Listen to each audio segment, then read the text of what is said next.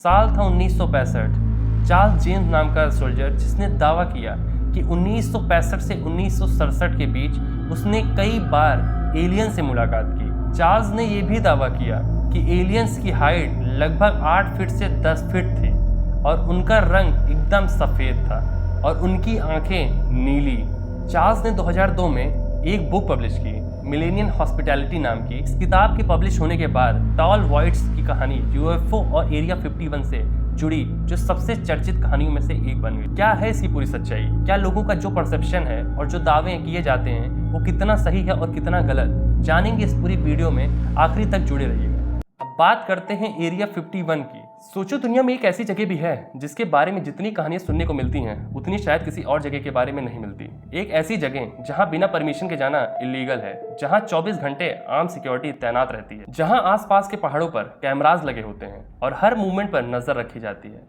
और सबसे हैरान करने वाली बात यह है कि अमेरिका ने कई सालों तक ऑफिशियली यही नहीं माना कि ऐसी कोई जगह भी एग्जिस्ट करती है। लेकिन सवाल यह है कि अगर ये सिर्फ मिलिट्री बेस था तो फिर इसे इतना सीक्रेट क्यों रखा गया? आखिर एरिया 51 के अंदर ऐसा क्या है जिसके बारे में आज भी पूरी दुनिया जानने की कोशिश कर रही है?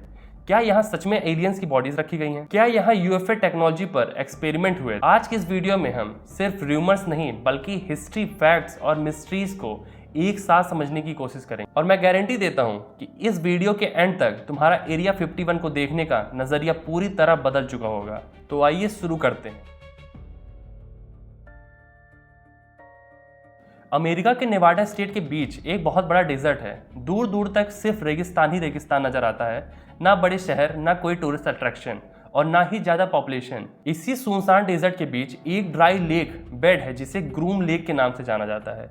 इसी के पास मौजूद है दुनिया का सबसे फेमस और सबसे मिस्टीरियस मिलिट्री बेस एरिया 51। अगर तुम गूगल मैप्स पर भी इस एरिया को देखोगे तो सिर्फ एक आइसोलेटेड लोकेशन नजर आएगी, लेकिन ग्राउंड रियलिटी कुछ और ही है। बेस के आसपास कई किलोमीटर तक रेस्ट्रिक्टेड एरिया बना हुआ है।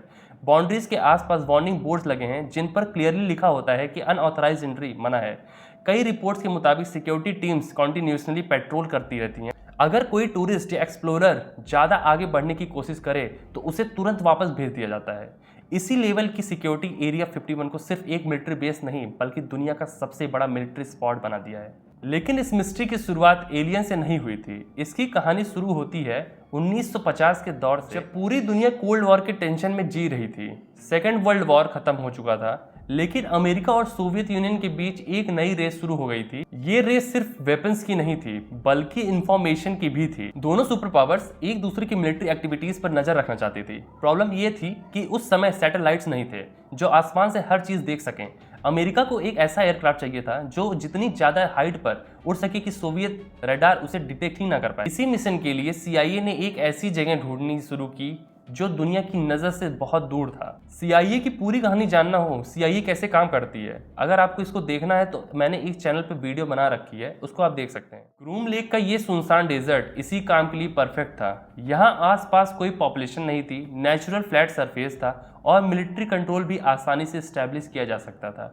इसी वजह से यहाँ एक हाईली सीक्रेट टेस्टिंग फैसिलिटी बनाई गई जिसे बाद में दुनिया एरिया 51 के नाम से जानने लगी। 1955 में अमेरिका की इंटेलिजेंस एजेंसी सीआईए ने लॉकहीड नाम की कंपनी को एक सीक्रेट प्रोजेक्ट दिया। उन्हें एक ऐसी स्पाई एयरक्राफ्ट बनाना था जो उस वक्त की टेक्नोलॉजी से कई साल आगे हो। इस प्रोजेक्ट का लीड कर रहे थे लेजेंडरी इंजीनियर क्लैरेंस केली जॉनसन। कई महीनों की मेहनत के बाद उन्होंने U-2 स्पाई प्लेन डेवलप किया। ये एयरक्राफ्ट इतनी ज़्यादा एल्टीट्यूड पर उड़ सकता था कि उस दौर के फाइटर जेट्स और मिसाइल के लिए उस तक पहुंचना लगभग नामुमकिन था। इस एयरक्राफ्ट की पहली टेस्टिंग इसी सीक्रेट बेस पर शुरू हुई, लेकिन यहाँ से एक अनएक्सपेक्टेड प्रॉब्लम पैदा हो गई। उस जमाने के आम लोगों ने कभी किसी एयरक्राफ्ट को इतनी हाइट पर उड़ते नहीं देखा था। जब लोग रात या शाम के वक्त आसमान में इस अजीब शेप वाले एयरक्राफ्ट को देखते तो उन्हें लगता कि ये किसी दूसरी दुनिया की टेक्नोलॉजी है। धीरे धीरे यूएफओ साइटिंग की रिपोर्ट बढ़ने लगी। गवर्नमेंट असली वजह नहीं बता सकती थी क्योंकि U-2 प्रोजेक्ट टॉप सीक्रेट था, और जब गवर्नमेंट चुप रही तब लोगों की इमेजिनेशन और तेज हो गई। यहीं से एरिया 51 का नाम एलियन और यूएफओ के साथ जोड़ना शुरू हो गया। किसी ने कहा अमेरिका ने एलियन स्पेसक्राफ्ट रिकवर कर लिया है। किसी ने क्लेम किया कि यहाँ एक्स्ट्रा टेरिटोरियल टेक्नोलॉजी पर रिवर्स इंजीनियरिंग चल रही है। कुछ लोगों ने तो ये भी कहना शुरू कर दिया कि गवर्नमेंट एलियन बॉडी को इसी बेस के अंदर छुपा कर रखती है। लेकिन इंटरेस्टिंग बात यह है कि इन थ्योरीज का कोई कंक्लूसिव पब्लिक एविडेंस कहीं मिला ही नहीं। इसके बावजूद एरिया 51 का नाम मिस्ट्री का दूसरा नाम बन गया। आज भी जब कोई एरिया 51 का नाम लेता है तो लोगों के दिमाग में सबसे पहले एलियंस और यूएफओ ही आते हैं। आपके दिमाग में भी यही आया होगा। लेकिन दोस्तों, असली कहानी अभी शुरू हुई है, क्योंकि एरिया 51 को दुनिया भर में सबसे ज़्यादा फेमस बनाने वाला इंसिडेंट अभी बाकी है। एक आदमी सामने आता है जो दावा करता है कि उसने एरिया 51 के अंदर एलियन स्पेसक्राफ्ट का काम किया है। उसका नाम था बॉब लेजर। उसकी कहानी ने पूरी दुनिया को दो हिस्सों में बांट दिया। कुछ लोग उसे सच बोलने वाला विसल ब्लोअर मानते हैं, जबकि दूसरे लोग उसे हिस्ट्री का सबसे बड़ा फ्रॉड कहते हैं। लेकिन बॉब लेजर की स्टोरी समझने से पहले हमें यहाँ समझना होगा कि एरिया 51 के अंदर असल में किस लेवल की सीक्रेट टेक्नोलॉजी डेवलप हो रही थी, और वहीं हम इस डॉक्यूमेंट्री के अगले पार्ट में जानेंगे। अगर तुम्हें लग रहा है कि U2 स्पाई प्लेन ही एरिया 51 का सबसे बड़ा सीक्रेट था, तो असली गेम अब शुरू होने वाला था। क्योंकि जैसे जैसे कोल्ड वॉर डेंजरस होती गई, वैसे वैसे अमेरिका को और भी एडवांस टेक्नोलॉजी की जरूरत पड़ने लगी। CIA और US एयर फोर्स को समझ आ गया कि अगर उन्हें सोवियत यूनियन पर कॉन्टिन्यूसली नजर रखनी है तो सिर्फ एक स्पाई प्लेन काफी नहीं होगा। उन्हें ऐसा एयरक्राफ्ट चाहिए था जो इतनी स्पीड से उड़े कि उसे कोई मिसाइल टच भी ना कर सके, और इतनी हाइट पर फ्लाई करे कि एनिमी रेडार उसे प्रॉपरली डिटेक्ट भी ना कर पाए। और इसी वजह से एरिया 51 के अंदर एक के बाद एक ऐसे सीक्रेट प्रोजेक्ट शुरू हुए जिनके बारे में दुनिया को सालों तक पता ही नहीं चला। 1950 के एंड और 1960 के बिगनिंग में लॉकहीड की एक स्पेशल टीम, जिसे स्कंक वर्क के नाम से जाना जाता है, एरिया 51 के अंदर नेक्स्ट जनरेशन एयरक्राफ्ट डेवलप कर रही थी। ये लोग नॉर्मल इंजीनियर्स नहीं थे, इनका काम था इम्पॉसिबल को पॉसिबल बनाना। कई महीनों की रिसर्च और टेस्टिंग के बाद उन्होंने एक ऐसा एयरक्राफ्ट बनाया जिसका नाम था A-12 ऑक्सगार्ड। अगर तुम उस एयरक्राफ्ट की फोटो आज भी देखोगे तो आपको लगेगा कि ये 30 साल आगे की टेक्नोलॉजी थी। फोटो देखिए, जैसा लग नहीं रहा है कि ये अभी की टेक्नोलॉजी है। इसका शेप अनयूजुअल था, स्पीड अनबिलीवेबल थी, और डिज़ाइन इतना फ्यूचरिस्टिक था कि उस जमाने के लोगों ने ऐसा कुछ पहले कभी देखा ही नहीं था। जब एरिया 51 के ऊपर इस एयरक्राफ्ट की टेस्टिंग शुरू हुई, तब आसपास के लोगों ने फिर से स्काई में अजीब ऑब्जेक्ट देखना शुरू कर दिए। किसी ने कहा ऑब्जेक्ट अचानक से बहुत तेज स्पीड से गायब हो गया, किसी ने बोला उसकी शेप किसी नॉर्मल एयरप्लेन जैसी थी, और कुछ लोगों ने तो हद ही कर दी, ये क्लेम कर दिया कि उन्होंने एक फ्लाइंग सॉसर देखी है। लेकिन रियलिटी कुछ और थी। वो एलियन स्पेसक्राफ्ट नहीं था, बल्कि अमेरिका का एक टॉप सीक्रेट मिलिट्री एयरक्राफ्ट था। प्रॉब्लम सिर्फ इतनी थी कि गवर्नमेंट उस वक्त सच बता ही नहीं सकती थी। अगर उन्होंने एयरक्राफ्ट रिवील कर दिया होता तो सोवियत यूनियन को अमेरिका की सबसे सीक्रेट टेक्नोलॉजी का आइडिया मिल जाता। इसलिए गवर्नमेंट चुप रही और लोगों ने अपनी इमेजिनेशन से कहानियां बनाना शुरू कर दिया था।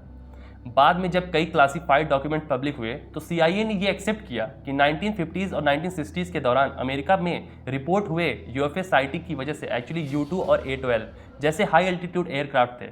मतलब जिस चीज़ को अलग एलियन स्पेसशिप समझ रहे थे, वो असल में अमेरिकन सीक्रेट स्पाई प्लेन्स थे। ये फैक्ट काफ़ी शॉकिंग था, क्योंकि इसने दिखाया कि हर मिस्ट्री के पीछे एलियंस नहीं होते, कभी कभी सीक्रेट मिलिट्री टेक्नोलॉजी भी होती है।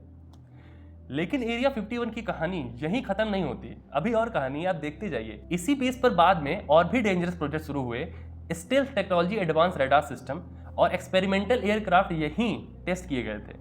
आज दुनिया जिस SR-71 ब्लैकबर्ड को एविएशन हिस्ट्री का मास्टरपीस मानती है, उसके डेवलपमेंट और टेस्टिंग में भी एरिया 51 का बहुत बड़ा रोल है।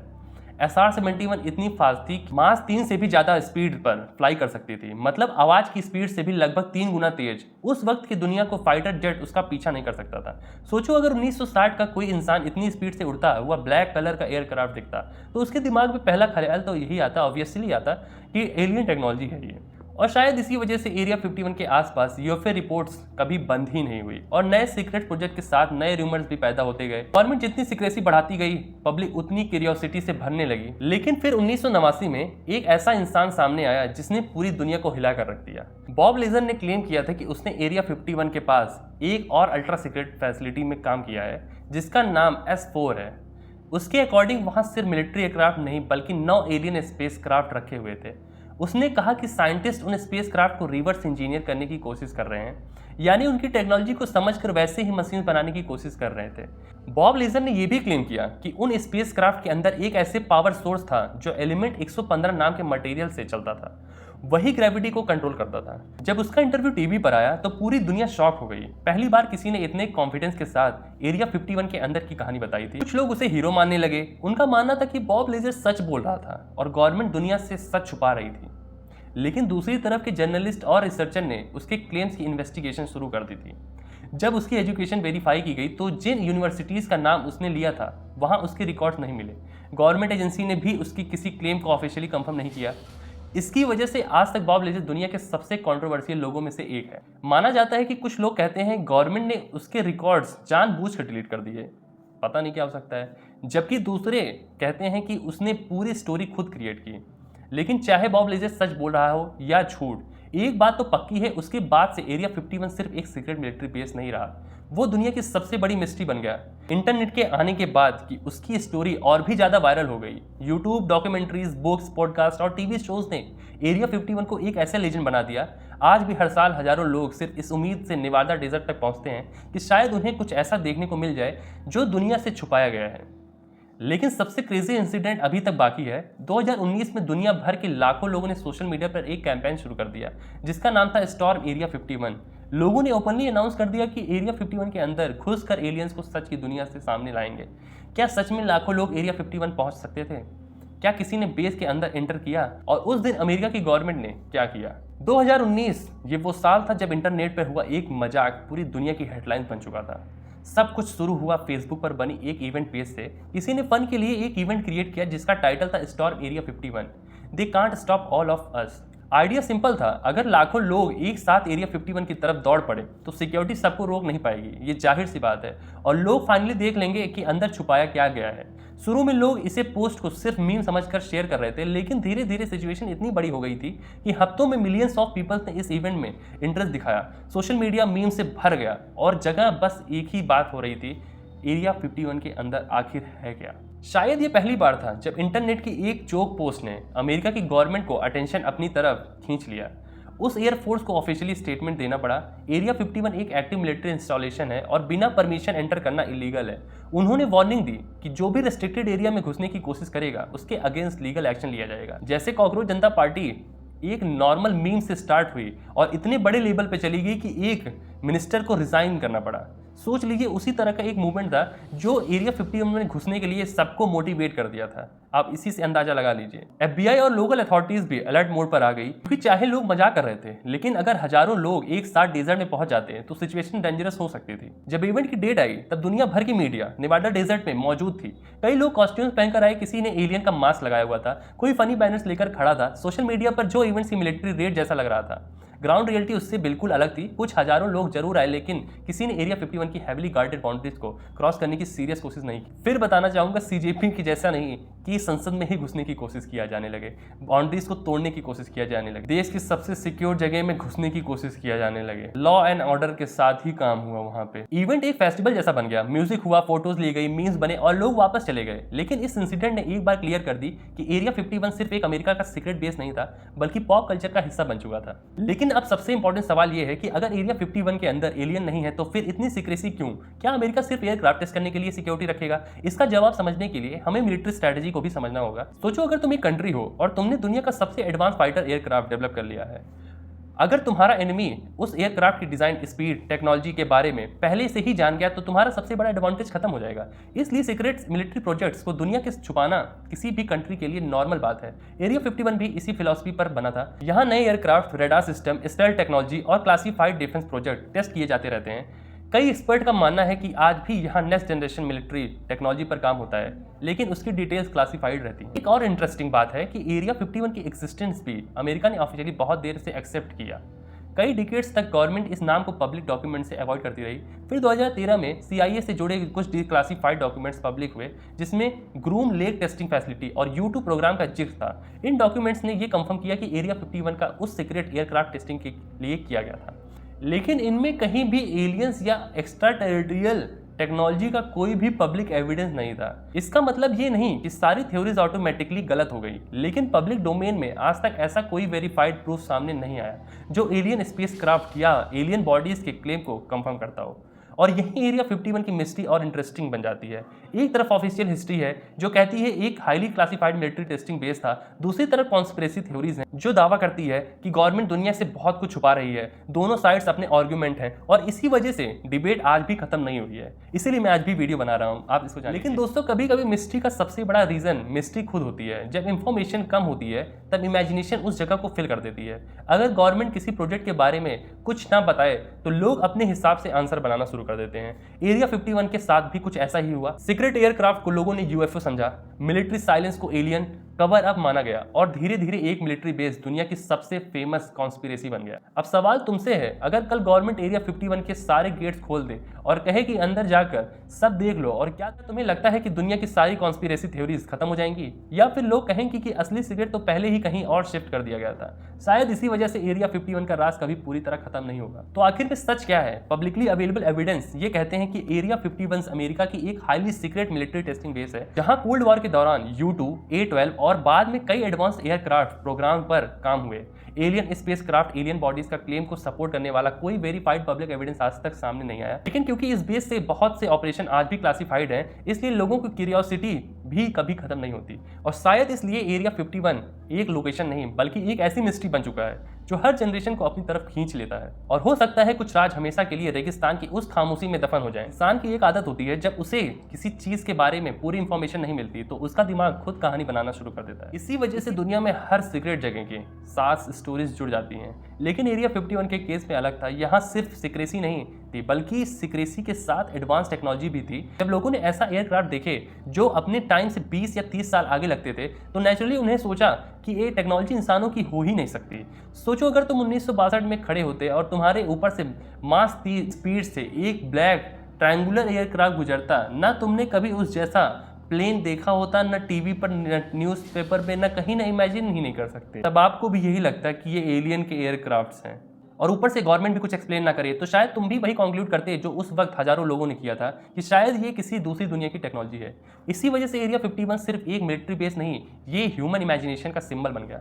हॉलीवुड ने इस मिस्ट्री को और बड़ा कर दिया। मूवीज में एलियंस को एरिया 51 के अंदर दिखाया गया, टीवी शो ने सीक्रेट अंडरग्राउंड लैब्स की कहानियां सुनाई, वीडियो गेम्स ने भी इस जगह को एक मिथिकल लोकेशन बना दिया। धीरे धीरे रियलिटी और फिक्शन के बीच की लाइन इतनी ब्लर हो गई, लोगों के लिए दोनों में डिफरेंस करना मुश्किल हो गया। लेकिन अगर हम पब्लिकली अवेलेबल एविडेंस को देखें तो एक बात काफी क्लियर नजर आती है। एरिया 51 के सबसे बड़ा पर्पज सीक्रेट मिलिट्री टेक्नोलॉजी का डेवलप और टेस्ट करना था। कोल्ड वॉर के दौरान U-2 स्पाई प्लेन, A-12 ऑक्सकार्ड और बाद में स्टेल्थ एयरक्राफ्ट जैसे प्रोजेक्ट ने अमेरिका को स्ट्रेटेजिक एडवांटेज दिया। ये वही एयरक्राफ्ट थे जिन्हें देखकर लोग यूएफओ समझ बैठे थे, और जब गवर्नमेंट ने सिक्योरिटी रीजन की वजह से उन प्रोजेक्ट्स के बारे में कुछ नहीं बताया, तब कॉन्स्पिरेसी थ्योरीज और भी स्ट्रांग होती चली गई। अब एक और इंटरेस्टिंग चीज नोटिस करो, जब भी गवर्नमेंट किसी सीक्रेट प्रोजेक्ट को डीक्लासिफाई करती है तो लोग एक नया सवाल पूछना शुरू कर देते हैं। अगर ये प्रोजेक्ट 30 साल पहले सीक्रेट था और आज पब्लिक हो गया, तो इसका मतलब आज जो प्रोजेक्ट चल रहा है वो कितना एडवांस होगा। शायद इसीलिए कुछ एविएशन एक्सपर्ट मानते हैं कि एरिया 51 में आज भी नेक्स्ट जनरेशन एयरक्राफ्ट और डिफेंस सिस्टम पर काम होता होगा। लेकिन क्योंकि वो डीक्लासिफाइड होते हैं, उनके बारे में पब्लिकली कुछ भी नहीं बताया जाता। ये मिलिट्री स्ट्रेटजी का नॉर्मल हिस्सा है। अब बात करते हैं सबसे फेमस थ्योरी की, एलियन। रोजवेल इंसिडेंट से लेकर बॉब लेजर के क्लेम्स तक एरिया 51 का एलियंस के साथ जोड़ने वाली कहानियां कभी खत्म नहीं हुई। लेकिन आज तक ऐसा कोई पब्लिक वेरीफाइड एविडेंस सामने नहीं आया है जो कंफर्म करे कि एरिया 51 के अंदर एलियंस बॉडी या एलियंस एयरक्राफ्ट रखे गए थे। इसका मतलब ये नहीं थी कि जो लोग थ्योरीज बनाना बंद कर देंगे, क्योंकि कॉन्स्पिरेसी थ्योरीज फैक्ट से कम और क्यूरियोसिटी से ज़्यादा चलती हैं। जब तक क्वेश्चन रहेंगे तब तक थ्योरीज भी बनती रहेंगी, और शायद इसी वजह से एरिया 51 की सबसे सक्सेसफुल मिस्ट्री बन गया था। एक ऐसा मिस्ट्री जहां हर जनरेशन अपना वर्जन क्रिएट करती है। 1960s में लोग यूएफए देखने की बात करते थे। 1980s में बॉब लेजर ने एलियन टेक्नोलॉजी का क्लेम किया। 2019 में इंटरनेट ने स्टॉर्म एरिया 51 ट्रेंड चला दिया। और आज आर्टिफिशियल इंटेलिजेंस के जमाने में भी एरिया 51 यूट्यूब, रेडिट और सोशल मीडिया पर सबसे ज़्यादा डिस्कस होने वाला टॉपिक में से एक है। तभी तो आपका भाई वीडियो बना रहा है। लेकिन मेरे हिसाब से एरिया 51 का सबसे बड़ा सीक्रेट एलियन नहीं है, सबसे बड़ा सीक्रेट भी इंफॉर्मेशन का कंट्रोल। जब किसी गवर्नमेंट के पास ऐसी टेक्नोलॉजी हो जो दुनिया से सालों से आगे हो, तो उसे सीक्रेट रखना ही उसकी स्ट्रेंथ बन जाता है। और जितनी ज़्यादा सीक्रेसी होगी उतनी ही ज़्यादा क्यूरियोसिटी पैदा होगी। इसी क्यूरियोसिटी ने एरिया 51 को एक मिलिट्री बेस से उठाकर ग्लोबल लेजेंड बना दिया। तो आखिर में सच क्या है? सच ये है कि एरिया 51 एग्जिस्ट करता है। सच ये है कि वहाँ highly classified military project test हुए हैं। सच ये भी है कि कोल्ड वॉर के दौरान वहाँ डेवलप हुई चीज़ें, टेक्नोलॉजी ने एविएशन की हिस्ट्री बदल दी। लेकिन एलियंस के क्लेम्स को सपोर्ट करने वाले कोई वेरीफाइड प्रूफ आज तक सामने नहीं आया है। बाकी जो भी है वो या तो थ्योरीज हैं या एजम्पशन, या फिर वो शायद अभी भी अमेरिका के डेजर्ट की उन खामोशी के पीछे छुपे हुए हैं। और शायद इसीलिए एरिया 51 की कहानी कभी पुरानी नहीं होगी। हर बार जब कोई नई सैटेलाइट इमेज सामने आएगी और हर बार जब इंटरनेट पर कोई नई कॉन्स्पिरेसी वायरल होगी, ये मिस्ट्री दोबारा जिंदा हो जाएगी। तो अब मैं आपसे एक सवाल पूछना चाहता हूँ, तुम्हारे हिसाब से एरिया 51 के अंदर सिर्फ सीक्रेट मिलिट्री टेक्नोलॉजी है या फिर दुनिया से छुपाया गया कोई ऐसा सच जिसे गवर्नमेंट कभी रिवील ही नहीं करना चाहती? अपनी थ्योरी कमेंट सेक्शन में जरूर लिख देना। मैं हर इंटरेस्टिंग थ्योरीज पढ़ता हूँ। अगर तुम्हें ऐसी डीपली रिसर्च डॉक्यूमेंट्री वीडियोस पसंद है, फैक्ट और मिस्ट्रीज को अलग अलग समझाया जाता है, क्योंकि मैं ऐसा वीडियो लाता रहता हूँ। और आपको अगर पॉलिटिक्स और जियो पॉलिटिक्स में भी इंटरेस्ट है तो मैं इस पे भी वीडियो बनाता रहता हूँ। अगर आपको देखना हो तो आप मेरे चैनल पे जाके देख सकते हो। अपना ओपिनियन देता हूँ, उसमें क्या सही क्या गलत मैं अपना POV रखता हूँ। आपको बहुत मजा आएगा, आप जाके जरूर देख सकते हैं। तो चैनल को सब्सक्राइब करना मत भूलना। तो इस वीडियो को खत्म करने से पहले एक आखिरी सवाल बचता है, क्या हम कभी एरिया 51 का पूरा सच जान पाएंगे या फिर ये मिस्ट्री हमेशा मिस्ट्री ही रहेगी? इस सवाल का जवाब ढूंढने के लिए हमें एरिया 51 को सिर्फ एलियंस के एंगल से नहीं बल्कि साइकोलॉजिकल और नेशनल सिक्योरिटी के पर्सपेक्टिव से देखना होगा।